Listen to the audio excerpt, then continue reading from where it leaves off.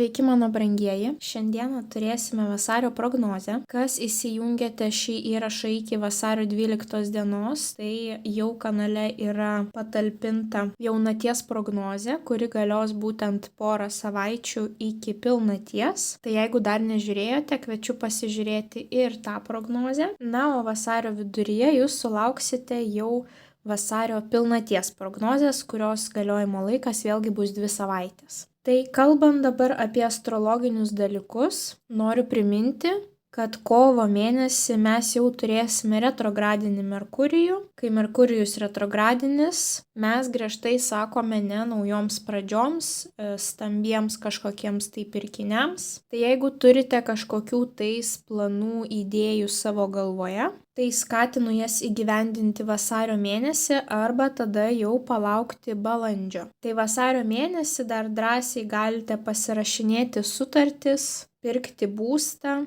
pirkti automobilius, atsidarinėti verslus, individualias veiklas, persikraustyti, eiti į naują darbą. Žodžiu, visiems tokiems naujiems dalykams yra kol kas puikus metas. Tai išnaudokite šansą. Na ir kai visada noriu priminti, kad mano prognozes reikia žiūrėti pagal 3 pozicijas - savo saulės ženklą, mėnulio ženklą ir ascendento ženklą. Daugiau informacijos apie tai rasite žemiau po šio video aprašyme. Tai daugiau nieko nelaukdami galime keliauti prie tarologinės prognozės.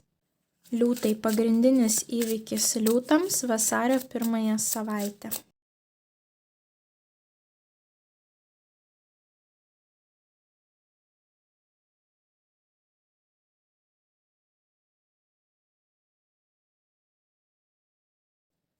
Bei vienas patarimas liūtams apie jų vasario mėnesį.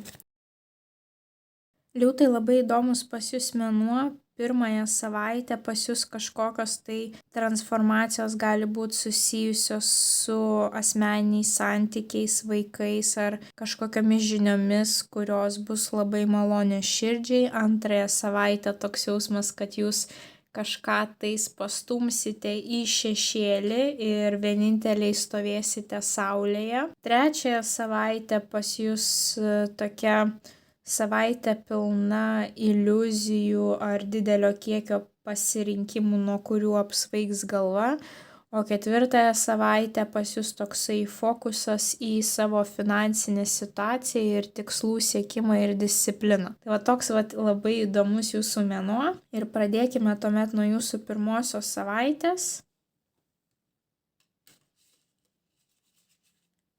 Būtent korta, kurią noriu pristatyti pirmiausia, yra didysis arkanas mirtis. Mirtis nerodo mirties, mirtis rodo būtent transformacijas ir atgimimą. Kažkas taip svarbaus gali nutikti 1 savaitę, kas transformuos jūsų gyvenimą, jūsų įpročius, jūsų kasdienybę, bet tai, kas įvyks, turi įvykti realybėje, fiziškai, nėra tai, kad ten apsivertimas jūsų galvoje, ne. Kažkokie įvykiai aplink jūs apvers ir jūsų gyvenimo aukštyn kojom, jūsų rutiną, taip. Ir tas įvykis gali būti, kaip ir sakiau, susijęs su santykiais, kadangi jums iškrenta taurių tūzas, o taurių tūzas rodo viskas, kas yra širdžiai malonu, plus kūrybinius dalykus, bet dažniausiai tai rodo šeimą, tai rodo asmeninius santykius, tai rodo naujieną apie nėštumą, vaikus, taip, transformacija, pavyzdžiui, susijusi su žinia apie nėštumą, taip, ir jau nuo šiol jūsų gyvenimas niekada nebebus toks, koks buvo iki šio momento. Galbūt kažkokios transformacijos santykiuose, kadangi jums šalia iškrenta būtent monetų karalius, vyrukas, gali būti žemės ženklo mergelė ožiaragis jautis, arba vyrukas, kuris tiesiog rūpinasi jūsų finansais. Kas tai gali būti? Jūsų bosas, arba jūsų antroji pusė, arba jūsų tėtis, vyresnysis brolis, senelis, kažkoksai tai vyras, kuris gali turėti įtakos jūsų finansiniai situacijai, taip. Tai arba jisai pasakys kažkokią tai žinią susijusią su jūsų darbo vieta ir finansais, bet ta žinia jums bus tada labai labai džiaugsminga ir širdžiai miela, tiesiog palies jūsų emocijas labai. Arba tada šitas vyrukas yra būtent jūsų antroji pusė, kuris irgi bus, įsivėlęs, sakykime, šitą jūsų transformaciją, galbūt jisai jums pasipirš, galbūt jūs nukeliausite su juo susirašyti, taip, vedybos bus, ar galbūt vėlgi abu du kartu sužinosite apie nėštumą. Tai vat kažkokie tokie dalykai, į ką jums reikia atkreipti dėmesį, tai yra vyras žemės ženklo arba kažkaip tai susijęs su finansais, net jo darbo profesija kažkokia gali būti susijusi su pinigais, kaip bankininkas, pavyzdžiui, ar finansų ekspertas. Mirties korta rodo, kad kažkoksai tai gyvenimo etapas baigėsi, kažkoksai tai prasideda, transformacijos, atgimimas, pokyčiai kažkokie, ir tie pokyčiai jūsų neišgąsdins, o jūs kaip tik labai labai nudžiugins, nes jūsų emocijos tiesiog trykšta per kraštus iš džiaugsmo. Tai va tokia malonių transformacijų pirmoji savaitė. Tuomet antrąją savaitę, kaip ir sakiau, toks jausmas kažką tais pastumsite į šešėlį. Kodėl taip sakau? Noriu iškart parodyti jums, kad jums iškrenta 5, 6, 7. Taip, toks jausmas, kad situacija taip auga, ta pati situacija vystosi, tik aišku, jos iš eilės iškrito, bet ką aš noriu pasakyti. Pirmoji korta, kuri jums iškrito, lazdų 6. Lazdų 6 yra nugalėtojo korta, žmogus nugalėtojas arba žmogus juda savo tikslų link. Jisai turi sekėjus, žmonės, kurie jį seka, kurie jį lygiuojasi. Žmogus gali būti pagirtas, pavyzdžiui, savo darbovietėje, būtent savo vadovų, išskirtas iš kitų kolegų, galbūt pagirtas studijose, galbūt susilaukia didžiulio žmonių dėmesio socialiniuose tinkluose, visiškai nesvarbu kur, bet antroji savaitė yra ta, kada jūs jaučiatės kaip nugalėtojų nugalėtoja. Dabar kitos 2 kortos yra nemalonios kortos. Visų pirma, tai yra lazdų 5, kuris rodo konkurenciją. Tai reiškia, kad ne tai, kad jūs būsite pagirti, bet greičiausiai jūs būsite išskirti iš visos minios kažkokios tai grupės žmonių. Lyginant su kitais žmonėmis, jūs būsite tie laimėtojai, nugalėtojai ant pjedestalo. Ir greičiausiai tiem žmonėms, kurie atsidurs jūsų šešėlyje, jiems tai nepatiks, kadangi toliau iškrenta jums kardų 7, nenuoširdumo korta, kažko, kas vyksta už jūsų nugaros, apkalbų korta, kažkokių tais nešvarių dalykų, nešvaraus žaidimo taktikų, taip. Tai toks jausmas, kad jūs laimite, jūs tampate nugalėtoja ir visi likę jums už nugaros, jie jums pavydi, jie apkalba, kad kaip čia gavosi. Iš kitos pusės, kaip ir sakiau, šita korta yra nešvarių dalykų korta. Labai saugokitės antrąją savaitę sukčių, kad galbūt kažkas pamatys, laimėjote loterijoje ir sugalvos, kaip iš jūsų tos pinigus, pavyzdžiui, išvilioti. Taip, tai labai nepasigaukite ant tokių dalykų, turėkite kritinį mąstymą. Kitas variantas, antrąją savaitę paanalizuokite savo veiksmus. Ar tikrai jūs nusipelnėte laimėti, ar jūs laimėjote sąžiningai. Kad nebūtų taip, kad šitas kardų 7 reprezentuoja, kad savo laimėjimui jūs pasitelkėte kažkokius tai nešvarius žaidimus. Taip, tai visada nepamirštam, kad karma egzistuoja ir aš niekada neskatinčiau jūsų, sakykime, apgaulės ar kažkokiais nešvariais būdais gauti savo tą vainiką ant galvos, nes anksčiau ar vėliau ta karma pas mus ateina, taip, tai kad nebūtų, kad po to su jumis kažkas nešvariai pasielgia dėl to, kad būtent vasario mėnesį jūsų kažko taip nešvariai, nesąžiningai pasielgia, taip. Tai visų pirma, praskanuokite savo vertybės, ar iš savo pusės jūs tikrai laimėjote, nugalėjote, pasiekėte to rezultato sąžiningai. Jeigu pasiekėte sąžiningai, tai reiškia, kad šalia savęs turėsite būtent tokius žmonės, kurie pavydės, tai tada sveikinu, reiškia, jūs darote viską gerai. Tie, kurie nieko nedaro savo gyvenime, tie pavyduolių ir neturi, o tie, kurie daro daugiau, visada turi pavyduolių. Tai su jais nieko nepadarysit, taip, tiesiog nereaguokit į juos, neįsižeiskit, mąstykit tik apie savo gyvenimą ir kaip jūs galite būti rytoj dar geresnė savo paties kopija. Tai va tik noriu pasakyti, kad žiūrėkite būtinai į save, ar jūs tikrai viską darote švariai. Na ir kaip ir sakiau, čia yra rungtyniavimo korta su kažkuotais arba pavyzdžiui nuomonių išsiskyrimo. Gali būti keletas skirtingų nuomonių jūsų darbo grupėje ir galiausiai pavyzdžiui, jeigu jūs laimėtoje, tai greičiausiai bus priimtas sprendimas sekti jūsų idėją ir tuomet kiti žmonės gali būti nepatenkinti dėl to. Na, bet mums svarbiausia, kad jūs būsite antrąją savaitę nugalėtojai, taip, o jau kas kam nepatinka, tai yra ne mūsų problema.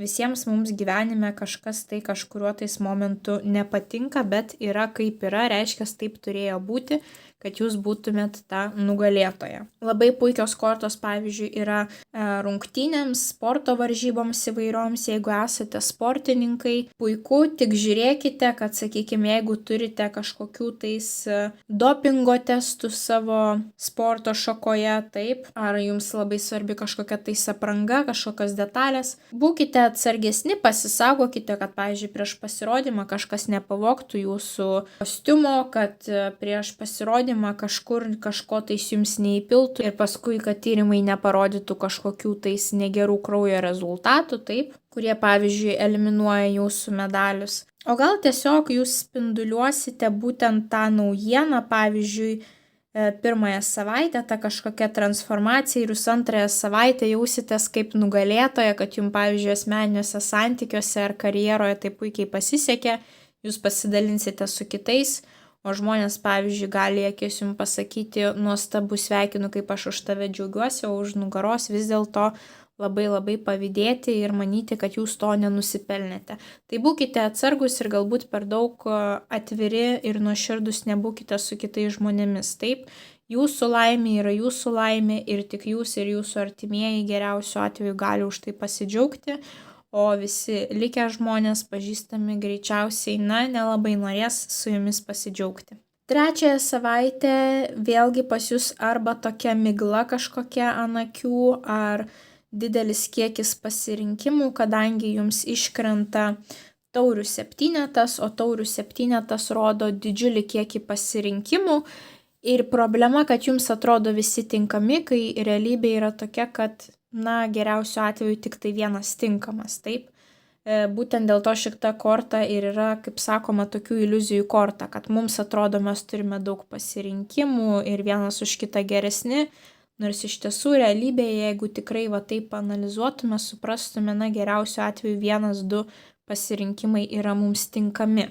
Tai tokia iliuzijų korta. Vėlgi tos iliuzijos gali tęstis nuo tos antrosios savaitės, taip. Galbūt tas iliuzijas sukūrė tie žmonės, kurie yra aplink jūs. Jums galbūt atrodo, kad visi taip jumis džiaugiasi, kai iš tiesų taip nėra. Kita korta yra puikia. Monetų devynetas. Monetų devynetas rodo aukštus finansus. Moterį, kuri yra stabili finansiškai, kuri turi stiprų tą pagrindą finansinį po kojom, kuri turi jau užtektinai pinigų, kad galėtų, pavyzdžiui, pasirūpinti savo išorę, grožiu, skirti daugiau pinigų, ten nededant cento prie cento. Ir prie to paties jinai yra rami, kadangi jau jinai žino, kad jinai užtektinai pasiekė ir jai nereikia dabar dėl kiekvieno duonos kąsnio draskytis. Šita korta yra puikiai tiems, kurie turi savo verslus, grožio procedūroms puikiai korta, kažkokiems tai pirkiniams, kai norite save palepinti, kažkokiais tais, pavyzdžiui, brangesnių dizainerių, kurtais drabužiais, aksesuarais, kažkokiom tai prabangiom veido procedūrom, operacijom. Tai vat gali būti, pavyzdžiui, kad 3 savaitę jūs būsite apsvaigę nuo šitų pasirinkimų, galvosite, kad gal aš norėčiau čia savo pinigus išleisti, galbūt aš norėčiau šitą dalyką nusipirkti, šitą prekę, kitą prekę, taip, šitą procedūrą sau dar įsigyti, tą paslaugą. Na, vat gali būti apsvaigimas iš šitos pusės. Prie to paties jums dar iškrenta 2 kartus jums šį mėnesį iškrenta kardų dama, tiek 3 savaitę, tiek 4 savaitę. Ir pasižiūrėkite į šitą kardų damą, jinai kažką tais stebi, taip, į kažką tais jinai žiūri, kažką jinai ten seka. Tai vat gali būti, kad būtent tie pavyduoliai taip tiek 2 savaitę pas jūs bus, tiek 3 savaitę seks, kaip jūsų gyvenime ten jums einasi, ir 4 savaitę gali būti ta pati situacija. Bet apskritai kardų dama yra oro ženklo dažniausiai moteris, dvyniai, vandenis arba svarstyklės. Jeigu ne, tai jos charakteris gali būti toks, kad jinai yra aštraus proto, kandaus liežuvio, labai racionali, nėra empatiška, tą, ką masto, tą ir sako, kovoja už teisybę, arba gali būti tokios profesijos atstovė visos, kurios dirba moteris komunikacijoje su žodžiu, su kalba, tai yra teisininkės, tai yra žurnalistės, knygų rašytojos, vertėjos, viešų ryšių specialistės, visos, kurios dirba su kalba. Tai vat kažkaip šita moteris arba yra jūsų artimoji oro ženklo, arba būtent tokios kažkokios profesijos atstovė, ir jinai kažkaip bus susijusi su jūsų 3 savaitę. Galbūt jūs, pavyzdžiui, mastote, kad jūs norėtumėte įsigyti kažkokį tai stambų pirkinį, bet jums atrodo, kad jūs turite begalę variantų ir vienas už kitą geresni, ir jūs nusprendžiate, pavyzdžiui, pasikreipti į kažkokią tai specialistę, kuri jums padėtų įvertinti, pavyzdžiui, kiekvieną būstą, ar galbūt jūs renkatės, nežinau, kažkokį tai verslo partnerį, ar į kokį verslą jums investuoti savo pinigus. Kažkur tai jums gali prireikti kažkokio tai profesionalo pagalbos, ir ta moteris gali išanalizuoti viską ir pateikti jums objektyvę informaciją, objektyvų atsakymą, pagal kurį jums bus lengviau rinktis, nes patys jūs turite kažkokią tai iliuziją ir jūs nesuprantate, ką pasirinkti, taip. Tai gali būti tokia situacija susijusi su finansais ar su kažkokiais tai pirkiniais, ar pavyzdžiui su darbu, su kažkokiamis sutartimis, teisiniais reikalais, kad jūs būsite pasimetę ir jums šita moteris gali padėti išsklaidyti tą miglą. Arba kito atveju tai gali būti, kad jūs mėgausite savo gyvenimu, rodysite visiems, kokia jūs esate laiminga, na, o šalia savęs turėsite tokią nepatikimą moterį, kuri už nugaros jums gali sakyti baisius dalykus, ar jūs labai stebėti, analizuoti, o į akis jums pūsti tą miglą, kabinti makaronus ant ausų. Na ir paskutinioji savaitė pas jūs, kaip ir sakiau, vėlgi iškrenta ta pati kardų dama. Galbūt jinai tikrai bus kažkokia tai specialistė, kuri jums padės, sakykime, jums aktualioje srityje, bet prie to paties jums vėlgi iškrenta finansinė korta monetų 7 ir didysis arkanas vežimas. Kortos puikios, vežimas visų pirma rodo turėjimą kažkokio tais tikslo ir ėjimą link jo. Vadelės yra jūsų rankose, jūs kontroliuojate situaciją, kuo daugiau disciplinos turite, tuo geresnis rezultatas. Turite tą fokusą toli kažkur tais ir einate jo link, jokių būdų jo nepametate, taip. Tai šitas žmogus yra labai užsidegęs, motyvuotas eiti savo tikslų link, bet jo sėkmė yra tame, kad jisai turi discipliną ir ta disciplina jį nuves dar toliau negu motyvacija. Ir šalia to jums iškrenta monetų 7.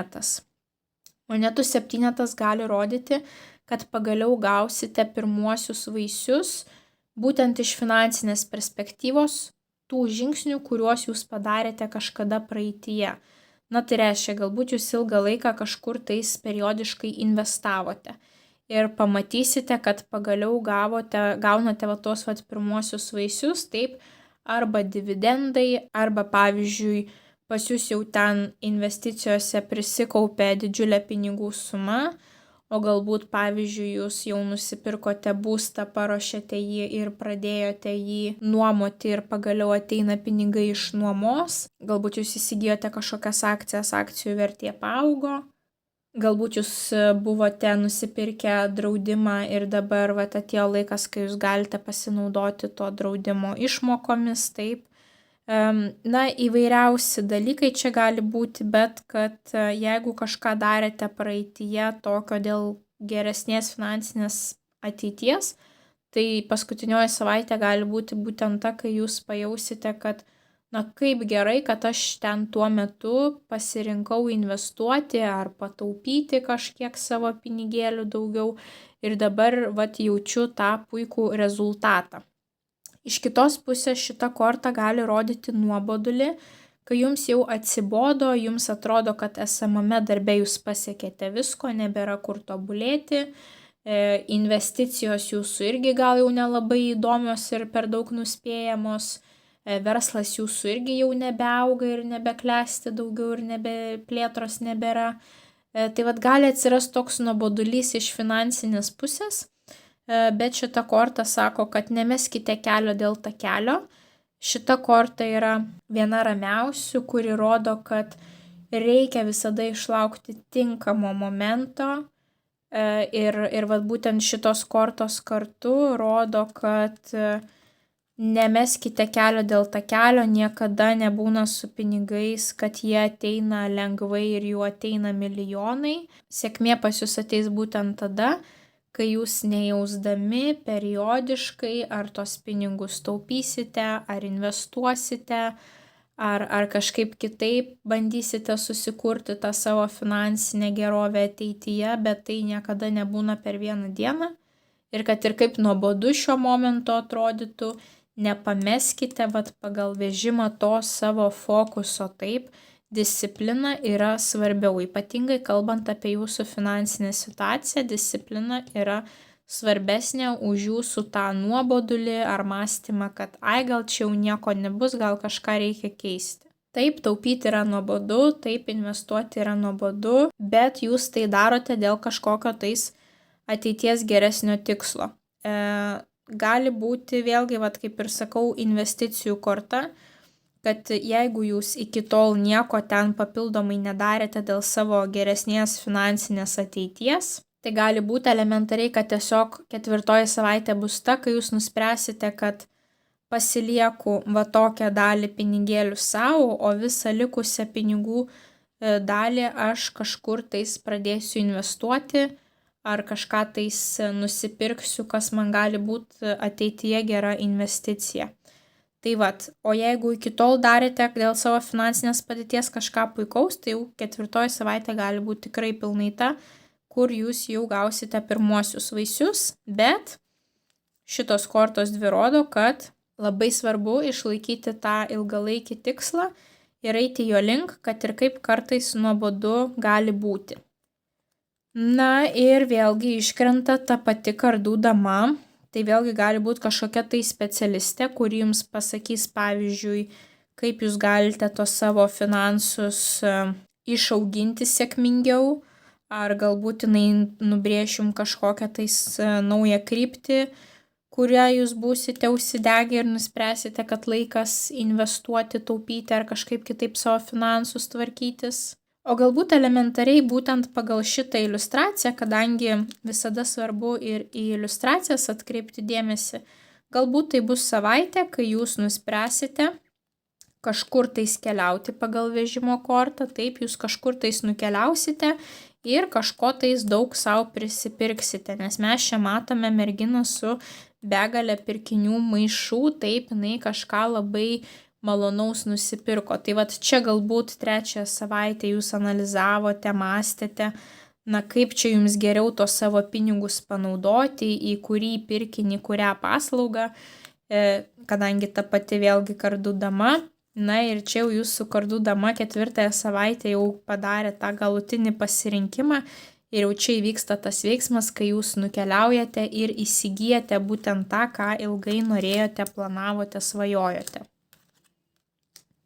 Ir dabar labai norėčiau pereiti prie jūsų mėnesio patarimo, kadangi jisai su visa prognoze labai siejasi. Ir realiai, jeigu visam mėnesiui reikėtų duoti kažkokį patarimą, tai čia yra puikiausias patarimas, kuris jums iš tiesų ir iškrito.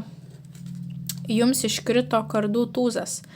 Kardų tūzas, vėlgi kardai pas mus atsakingi už komunikaciją. Kardų tūzas rodo, kad generuokite idėjas, aiškiai komunikuokite su kitais žmonėmis, aiškiai dėstykite savo mintis. Ir jeigu norite pasiekti sėkmės kažkokioje gyvenimo srityje, jums reikia būti labai racionaliems, susidėlioti planą papunkčiui, mažais žingsneliais, nesvajoti, neskrajoti ten padebesiais, o turėti tikslų planą papunkčiui, ką ir kaip ir po ko jūs darote ir turėti kritinį mąstymą. Labai svarbu vasarį turėti tą objektyvią nuomonę, kurią jūs galite pasiremti, turėti kritinį mąstymą, kad jums niekas makarono ant ausų negalėtų prikabinti. Na ir kad per ilgą laiką neužsibūtumėt kažkokiose tai iliuzijose, iliuzijų pasaulyje, taip? Tai va tik pirmąją savaitę greičiausiai gal ir nelabai reikės pasinaudoti šituo patarimu, bet jau nuo antrosios savaitės, ką mums reiškia tas kardų tūzas, valdykite savo kalbą. Per daug nieko neišpliurpkite žmonėms. Mąstykite, ką kalbate ir su kuo kalbate ir kaip kalbate. Ką žmogus jums sako, bet tuo pačiu, kokia yra jo veido mimika. Ar jums nusukus akis, tas žmogus nepradeda vaipytis. Trečiąją savaitę iliuzijos ar didelis kiekis pasirinkimų, vėlgi sklaidome iliuzijas, jeigu patys nieko nesuprantame, kviečiame specialistą. Jeigu nenorime kviesti specialisto, būname šaltesni su kitais žmonėmis, per daug kažko tais asmeniško nesakome. Jeigu norime kažką įsigyti, prieš įsigijant atliekame analizę, kokia prekė paslauga būtų mažiausiai rizikinga, duodanti geriausią rezultatą, naudingiausią, kokybiškiausią. Na ir paskutinėje savaitę vėlgi, kas liečia finansus, nesivadovaujam jokiais netikėtais potraukiais kibirkštėlėm, kad gal man reikia visiškai keisti kryptį. Ne, nemetam kelio dėl takelio ir toliau einam to savo tikslo link, kad ir kaip nuobodu bebūtų. Tai visą mėnesį jums yra labai svarbi būtent ta logika, racionali analizė ir aiškus, detalus planas žingsnis po žingsnio, ką jūs darote ir kodėl jūs tai darote. Tai liūtai linkiu jums didžiausios sėkmės vasario mėnesį. Nepamirškite paspausti patinka mygtuko, komentaruose parašyti bent jau širdelę, taip pat pasidalinti prognozę su artimaisiais, kuriems jį galėtų būti naudinga. Na ir jeigu dar nesate užsiprenumeravę, skatinu užsiprenumeruoti šį kanalą, kad nepraleistumėte jūsų zodiako ženklui svarbių prognozių. Na, o mes susimatysime jūsų kitose prognozėse. Ate.